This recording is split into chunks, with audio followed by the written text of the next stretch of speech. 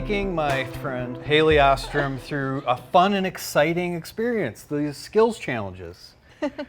So here's what we're going to do. We're going to hit a series of shots. This really enables us to benchmark your skills and her skills. We're going to judge Haley here today.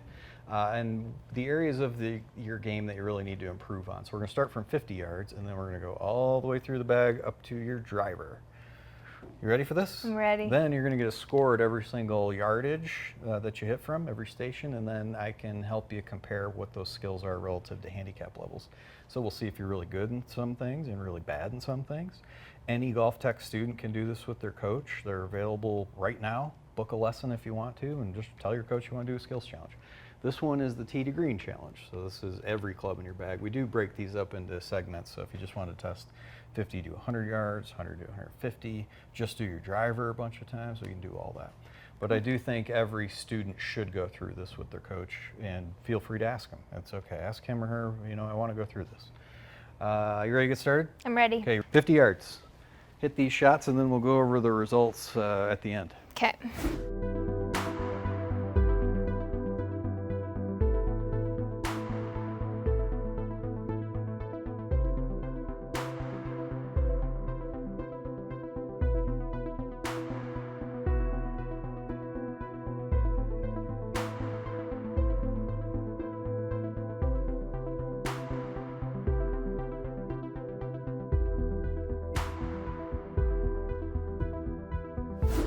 All right, Haley, we finished.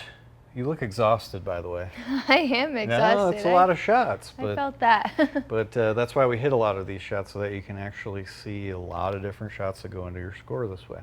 So let's look at each one of these different yardages that we're just referring to as stations. You've got a station score at 50 yards of 72. And you can see your average distance you hit those shots was about 6 feet outside of the PGA Tour average. So it's a good score. Having 20 feet from 50 yards is great, but that's an opportunity for you because that is the lowest of all your scores on there. And you were talking about that with me earlier, that from inside of whatever 120 yards, you don't have enough close birdie putts. It shows up here in the scoring for sure. From 100 yards, 25 feet 3 inches was your target. It's about 5 feet further away. Your score got better, 79 on that one. 78 was your station score from 120 yards, 82 from 150. You had a couple of really nice ones there.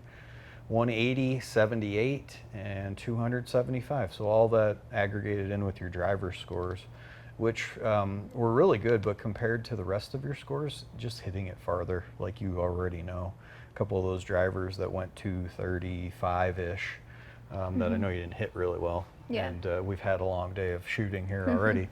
That shows up there. If those go 30 yards further, the bad ones, then your driver scores are getting closer to 75 to 80, which would put you into the type of golfer that you want to be. So with a total score of 76, 76 is usually about the cusp of what we have people who shoot around 78 have, which is a couple shots higher than you. So either this is very reflective of how you play, or you're a slightly better putter than you are a hitter, or we pretty much nailed it with that kind of score. So the opportunities for you would be if you could get inside at 120 much closer, get those scores up to 85. I mean, pretty soon your whole challenge score would be 82, 83, 84, something like that. And then you're talking like that's the type of golfer that shoots even par, which is what you said your goals were. So your hitting could use some work on the long end, but hit it farther is what this is screaming at both of us, and then do a little better from 120 and in. And you could almost keep the rest of your game constant and be the type of golfer you want to be. So I think that's a cool little analysis that anyone can go through to relate each part of their game. We're just warming up on these skills challenges too. We've got so much more that we're planning on doing with this. I could see a day where we have all this shot data magically appear on your phone while you go play. That would be super cool.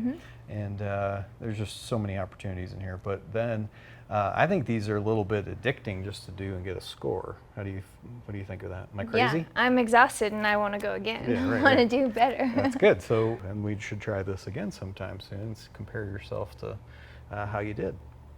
These scores will always have a historical record, and we'll know from today versus a year from now if something's changed and what's better, and always giving you an analysis of what part of your game you should work on. I think that's one of the biggest takeaways for someone who's good like you. You can spend a ton of time hitting 150-yard shots, but I don't think that's the weakness of your game. So I mean, this spending tells more me time, it's not. right, spending more time elsewhere is important. Anything else come to mind when you see that or surprise you at all? I am a little bit surprised that my 120 isn't better because I feel like that's a really key spot for me. But now I know what to work on. Yeah, it could be better on the course. 78 out of 100 is still pretty good. That is what the scoring system is.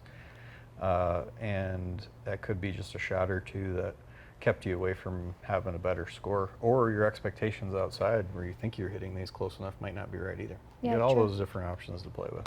Good. Well, thanks for doing this with us. And like I said, anybody can do this. Book a time with your coach. This is an awesome way to benchmark your skills against the PGA Tour average and get a comparison of what type of golfer you really want to be. And it's fun, right? This was so fun. That's good. Thanks for watching.